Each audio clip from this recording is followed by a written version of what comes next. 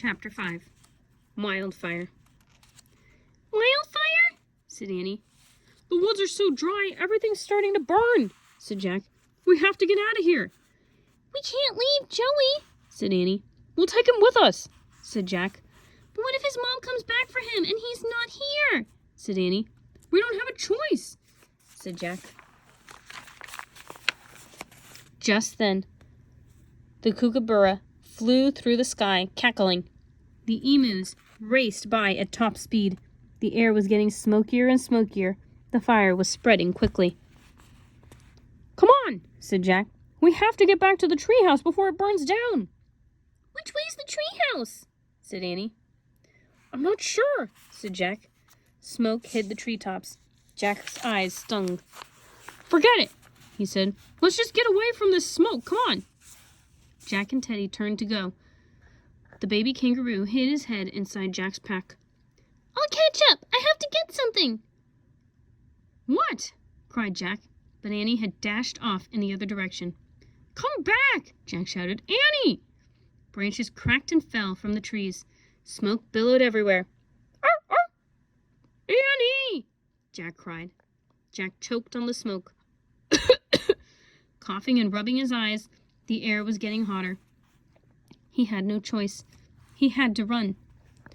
Arr, arr! Teddy barked from somewhere ahead. Hurry, Annie! Jack called helplessly. Then he took off after Teddy. He stumbled blindly through the brush. All he could do was follow the sound of Teddy's barking. His pack felt heavier and heavier. He held it up with his arms and kept going. Suddenly, Jack heard Annie calling him. Jack stopped. Here! Here! Here! We're here!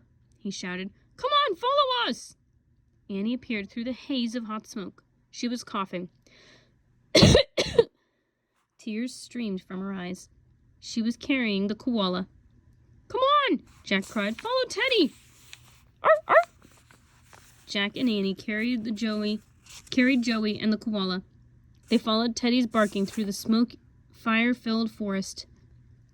Finally, they came to a giant rock. Arr, arr. Teddy was standing on a ledge. Behind him was the mouth of a cave. Through the smoke, Jack could barely see the little dog. Teddy barked again, then vanished inside the cave. Follow him, said Annie. Chapter 6. Hand to Hand. Jack and Annie climbed onto the rock ledge and stepped into the cave. The air inside was cleaner and cooler than the air outside. I can't see anything, said Jack. He patted the head of the baby kangaroo. Me neither, said Annie. Arr, arr. I guess we'll have to follow Teddy's bark, said Annie. Let's hold hands. She held out her free hand to Jack. Jack took it. Then he put his other hand out and touched the wall.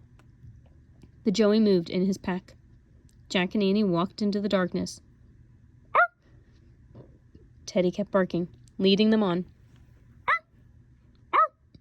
Arr! Arr! Suddenly, Jack felt something thump against his leg. He stopped and gasped. What is it? Said Annie. Arr! It was Teddy. His tail was wagging and hitting Jack's leg. What is it, boy? Jack asked him. Teddy let out a howl. Oh! As he howled, an amazing thing happened.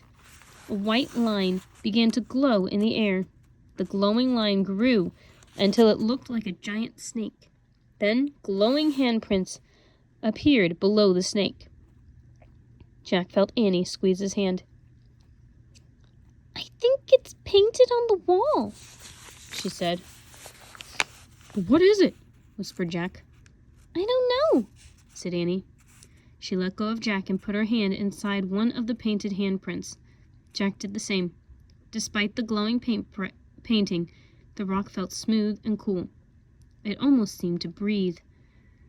A ghost-like whistling sound came through the darkness.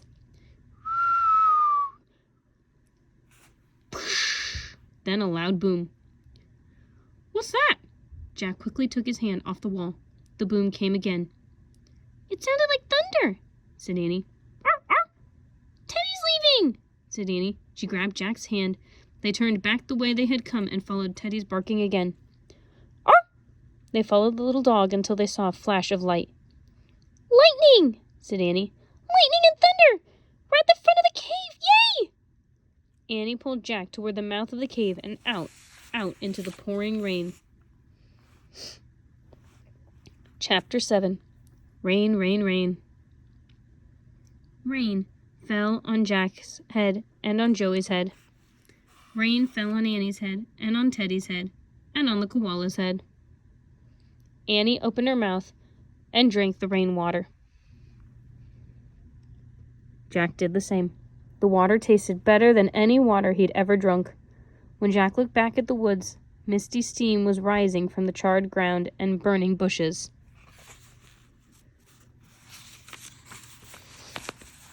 The heavy rain was putting out the wildfire. "You'll be safe now," Annie said to the koala. "I'll put you back in a nice gum tree. Then you can finish your nap." "I see a tree that's not burned," said Jack. They walked over to the unburned gum tree. Annie placed the koala in the fork of 2 branches. "Go to sleep now," she said softly. "Pretend the fire was all a dream." "Good night," said Jack. The koala seemed to smile at them. Then he closed his eyes and went to sleep as if he'd never been disturbed at all. Jack sighed and looked around. "Man," he said, "we were lucky that a storm came." Annie smiled. "It wasn't just luck," she said. "It was magic." "Magic?" said Jack. "Yeah, the glowing hands and the snake," said Annie. "Somehow they brought the storm." "That doesn't make sense," said Jack. Joey stirred in his pack. Suddenly Jack remembered something. "Hey, we have to get the Joey back to the place where his mom left him," he said. "Or she won't be able to find him." "Where was that place?" said Annie. "I don't know," said Jack. He looked around at the rainy gray forest. Everything looked the same. "Teddy can find the spot," said Annie. Without even a bark, the little dog took off across the muddy ground. Once again, Jack and Annie followed him. Jack's back was beginning to hurt from carrying Joey. "Arr, arr." Jack and Annie caught up with Teddy. He stood over the Australia book. It was wet, but not burned. "Hooray, we found it," said Annie. "That's right," said Jack. "I left our book in the spot where we found Joey." Once again, "Teddy helped us out," said Annie. She patted the little dog's head. "Thanks, Teddy," Jack said. He picked up the Australia book. The cover was wet, but the pages looked okay. The little kangaroo peeked out of his pack as Jack tucked the book under his arm. "Don't worry, Joey," said Annie. "We'll stay right here till your mom comes back for you." "If she hasn't already come," Jack thought worriedly.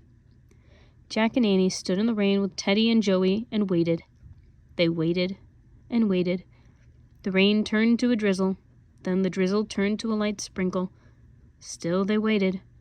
Jack grew sadder and sadder. Maybe the mother kangaroo had come and left. Or maybe she had been caught by the dingoes. Or maybe she had been killed by the wildfire. Jack was afraid to look at Annie, afraid to say anything. "I know what you're thinking," she said finally. Jack patted Joey's head and sighed. "Let's wait a little longer," he said. "If she doesn't come back soon, we'll take him home with..." "Arr!" Teddy barked softly.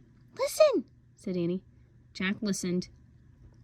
The sound was very faint at first, but then it grew louder. It was a squishy sound. It was a squashy sound. It was the sound of big feet slapping through mud.